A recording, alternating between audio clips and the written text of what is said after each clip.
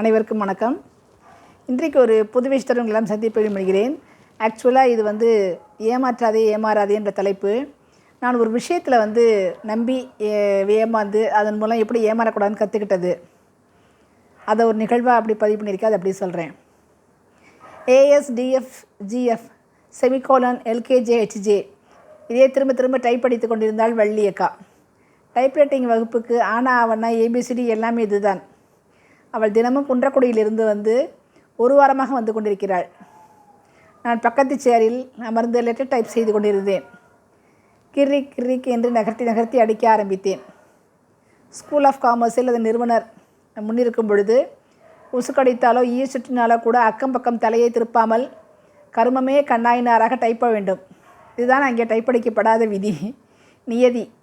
டக்கு டக டக்கு என்று டைப்படிக்க அடிக்க வெள்ளைத்தாள் முழுக்க கருப்பு எழுத்து சக்கதியால் நிரம்பியது.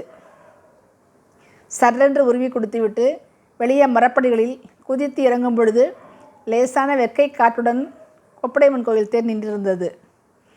இறுக்கத்திலும் வியர்வையிலும் இருந்து வெளிப்பட்ட சுதந்திர உணர்வுடன் பின்னால் திரும்பினால் வள்ளியக்காவும் வந்து கொண்டிருந்தாள். போபாலில் விஷவாயு கசிவில் கணவருடன் எதிர்காற்றில் தப்பி பிழைத்து வந்தவரில் அவளும் ஒருத்தி.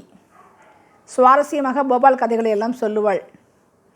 செகண்ட் பீட் போய் ஏதோ வாங்கி கொண்டு பழைய பஸ் ஸ்டாண்ட் சென்று குன்றக்குடிக்கு பஸ் ஏற வேண்டும். அவள் தொண்ணூத்தொன்பது என்று பேசியபடி வருவாள் அந்த அக்கா. நான் வலப்புறம் குதிரைவண்டி ஸ்டாண்டு பக்கம் திரும்ப வேண்டும். காரைக்குடி சன்னா ஹோட்டல் பக்கத்தில் எனது ஆயா வீடு. கல்லூரி முடித்த வருஷம் கல்கியில் மாணவர் பக்கத்தில் கவிதை ஒன்று வெளியாகி இருந்தது. அந்த இதை ரொம்ப பேச்சு சுவாரஸ்யத்தில் அதை சொல்லிவிட்டேன்.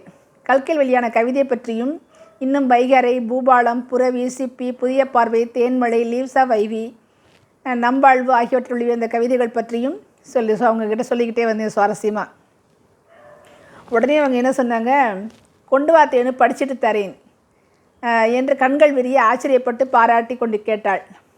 மறுநாளே வீட்டுக்கு கூட்டிகிட்டு போய் மூட்டையாக கட்டி வைத்திருந்த புத்தகங்களை எடுத்து காண்பித்தேன். அனைத்தையும் வாசித்தாள். வரிக்கு வரி நேசித்தாள், சிலாகித்தாள். புலகாங்கிதம் அடைந்தேன். பரவச மலையில் இருக்கும்போதே ஒன்று கேட்டாள். ஒன்றே ஒன்றுதான், அதுதான் அந்த கல்கி.